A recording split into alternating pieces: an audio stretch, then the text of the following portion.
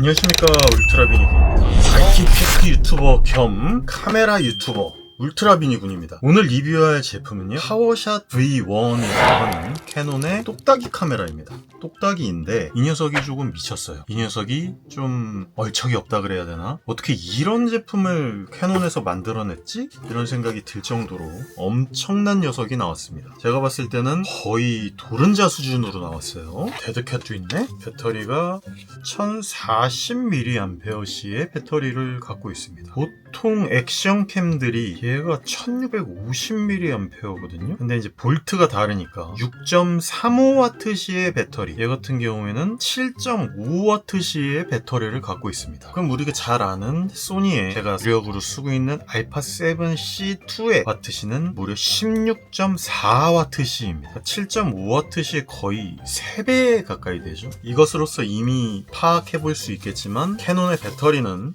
굉장히 적게 갈 수밖에 없을 것 같다라는 예측입니다.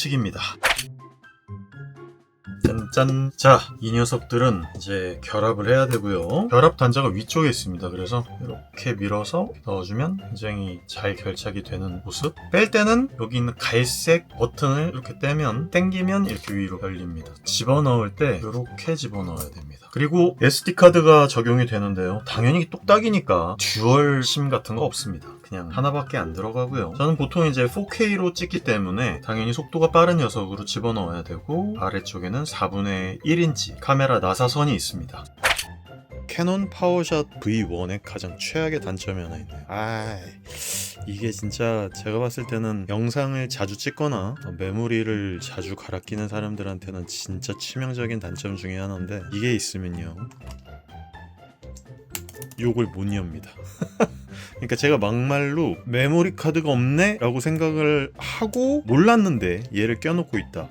얘 문 못 열어요. 그러니까 보통 카메라형 이런 거치대를 쓰시잖아요. 이런 거치대를 쓸 때 얘를 끼워놓고 있으면 배터리고 메모리 카드고 쓰지를 못한다라고 하는 거, 이게 굉장히 안타깝고, 뭔가 설정해서 바꿀 수 있을 것 같긴 한데 온, 오프 했을 때 소리가 안 나요. 그러니까 온을 했을 때는 소리가 나요. 봐요.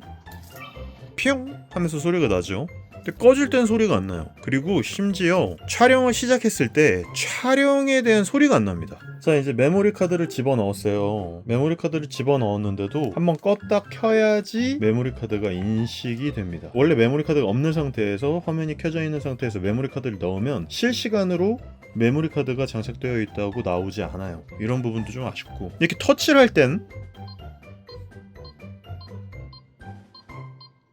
터치 소리가 나잖아요. 근데 겁나 어이없이 촬영 버튼을 누르면 아무 소리가 안 납니다. 이게 뭐야? 촬영이 시작됐을 때 이렇게 빨간불이 들어오고, 화면에 이제 빨간불이 들어오는 거는 좋아, 좋다 이거예요. 그런데 이렇게 빨간불이 켜지고 난 다음에 요걸 끄잖아요? 그냥 소리가 안 나요. 이게 꺼졌는지 켜졌는지 알 수가 없어. 그래서 저 같은 경우에는 보통 이렇게 촬영을 하거든요. 앞쪽에다가 매달아 놓고 이렇게 촬영을 하는데 가끔 소리가 나야 될 거 아니에요. 알파 6700 같은 경우에는 내가 만약에 촬영을 해, 그러면 소리가 나요.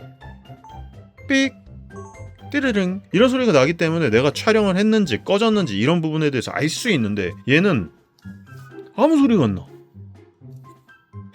이 부분 혹시 찾으신 분들 있으시면 확인해 주시면 너무 감사할 것 같습니다.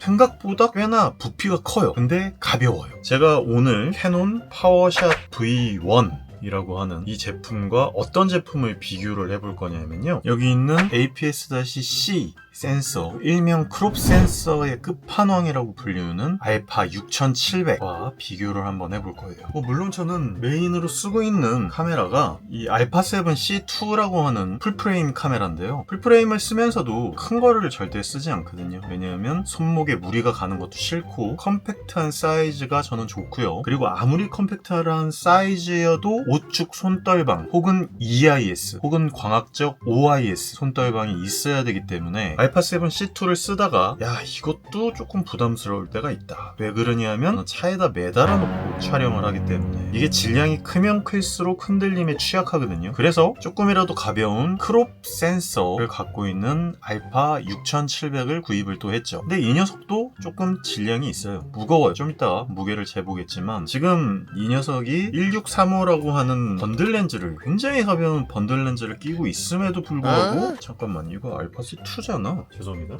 여기 있네요. 알파 6700. 제가 바디가 너무 많아서 이게 알파 6700입니다. 그러니까 이게 원래는 이렇게 붙어야겠죠? 알파 7 C2는 하나 좀 놔두겠습니다.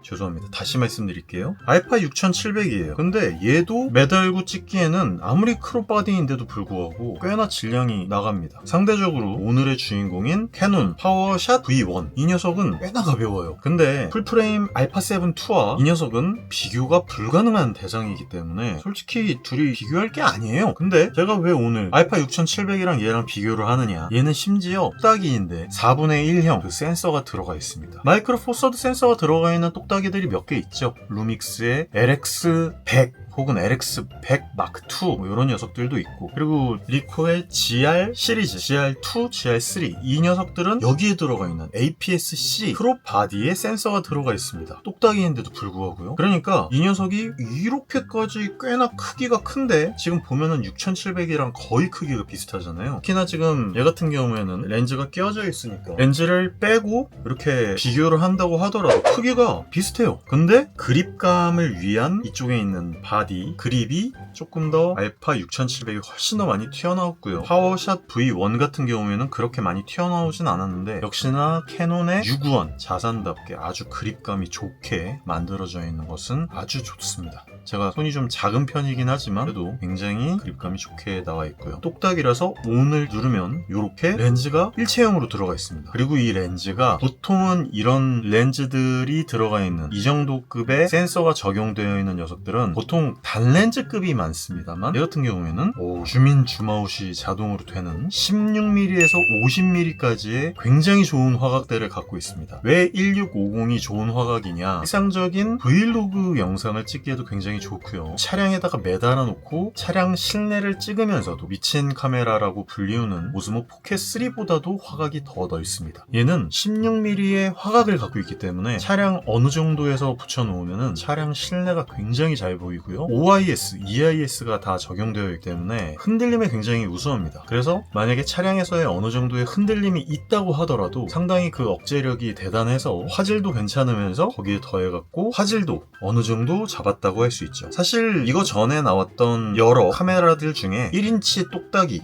제가 정말 마크2부터 마크7까지 모두 다 샀던 RX100 시리즈보다 훨씬 더 큰 판형을 갖고 있으면서도 무게 자체는, 부피는 꽤나 크지만 무게 자체는 그렇게 많이 나가지 않아요. 그리고 이 정도 센서에 이 정도 렌즈를 4K로 찍으면 발열이 어마무지하게 나와야 되거든요. 그런데 이 파워샷 V1은 냉각 팬을 갖고 있습니다. 그래서 얘는 아무리 내가 4K로 열심히 차량 안에서 찍든 실내에서 찍든 여기서 방열판에서 팬이 돌면서 이 안쪽에 있는 열기를 바꿔주고 빼준단 말이에요. 그래서 오랫동안, 장시간 동안 4K를 찍을 수 있다고 말씀을 드릴 수 있겠습니다.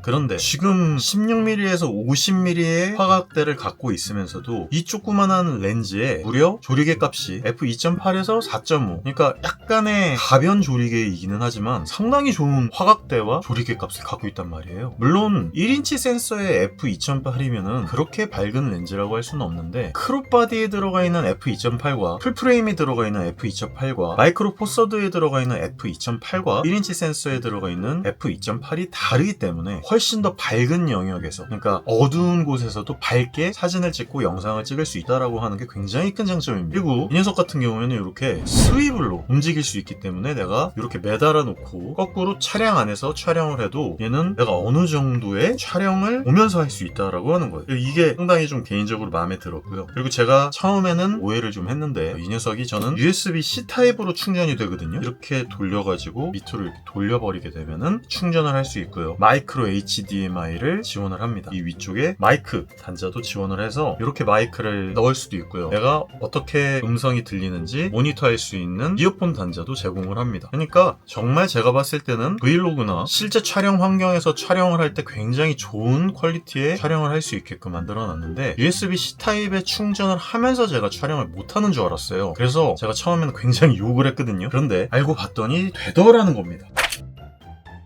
보시면은 USB-C 타입으로 당연히 충전도 되고요. 아래쪽에 있는 배터리를 빼면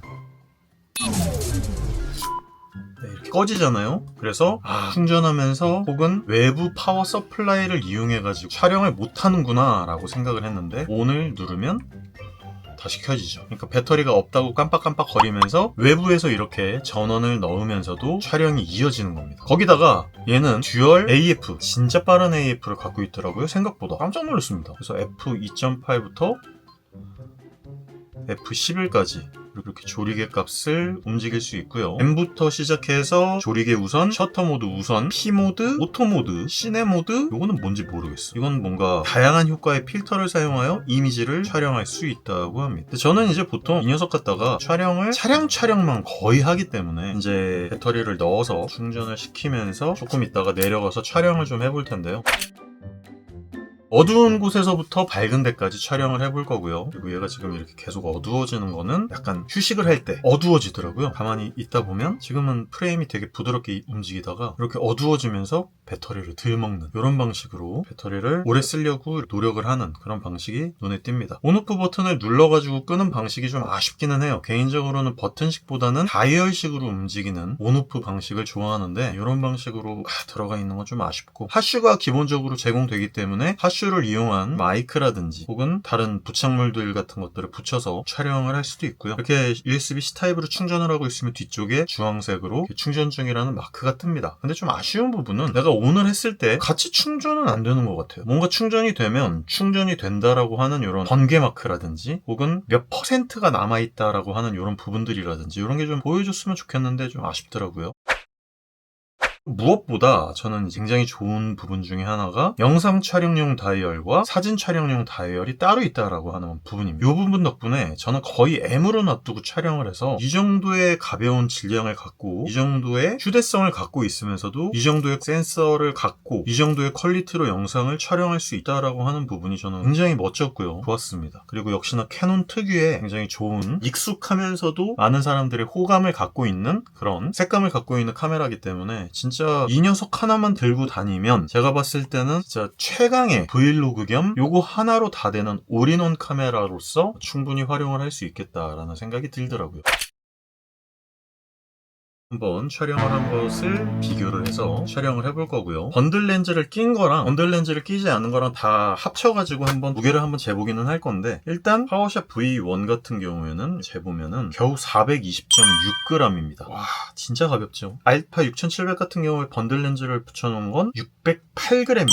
그러면 렌즈를 빼보면요. 물론 얘는 렌즈 교환식이기 때문에 어떤 렌즈를 끼우느냐에 따라서 무게가 굉장히 달라지겠지만 바디 무게로만 봤을 때도 얘는 491.0g입니다. 그러니까 491대 얘는 렌즈까지 포함되어 있는데도 420.5g 아까는 420.6g 나왔는데 420g 정도 된다는 거예요. 정말 가볍죠. 그러니까 배터리와 SD카드 다 합쳐가지고 420g 정도 되는 겁니다. 진짜 괜찮은 무게 같아요. 그러니까 이 정도의 무게를 갖고 있으면은 사실 이런 녀석들 있죠? 이런 셀카본 같은 거 들고 다니면서 충분히 쓸 수 있을 정도의 가벼운 무게를 갖고 있습니다. 진짜 가벼워요. 물론 이 지금 삼각대 같은 거는 소니 거기는 하지만 이렇게 손잡이를 잡고 들고 다니면서 브이로그를 찍을 수도 있고요. 이게 진짜 가벼우니까 가능한 부분입니다. 그리고 이렇게 쓸 수도 있겠지만 얘를 공중에다 거꾸로 매달아서 차량 안에를 찍을 수도 있습니다. 그러면 제가 지금부터 한번 캐논 파워샵 V1으로 찍은 스틸샷과 영상 사진을 같이 비교해가면서 퀄리티에 대해서 한번 말씀을 드리도록 하겠습니다. 그리고 제가 지금 가장 너무너무 좋다고 생각하고 있는 오스모 포켓 3로 찍은 영상도 같이 함께 올려놓으면서 1인치 센서란 말이에요. 걔도 미친 카메라인데 걔보다 더 판형도 크고 걔보다 더 화각도 넓고 거기다가 줌인 줌아웃까지 되는 정말 미친 카메라가 나와서 간만에 너무나 행복한 마음으로 가서 구입을 해왔습니다. 다만 얘가 119,900원에 나왔는데요. 물량이 너무 적게 풀려가지고 프리미엄을 붙여갖고 사왔습니다. 무려 135만 원에 구입해왔어요. 젠장. 어쩔 수 없습니다. 근데 저는 이제 차량을 리뷰해야 되고 또 차량 안에서의 리뷰를 통한 카메라 리뷰도 저는 이제 매우 구체적으로 해볼 예정이기 때문에 카메라에 관련된 혹은 예전부터 액션캠 관련해서는 또 리뷰를 많이 하지 않았었습니다. 그러니까 앞으로는 새로운 카메라, 렌즈 이런 제품들이 나올 때마다 리뷰를 한번 해보도록 할 테니까 리뷰 영상 기대해 주시면 진심으로 감사드리겠습니다. 그러면 알파 7 2 치우고 알파 6700도 이제는 얘가 너무나 괜찮다면 이 녀석 날려버려 얘로만 아마 찍게 될 것 같다는 생각이 듭니다. 그러면은 파워샵 V1의 결과물 한번 보고 오시죠.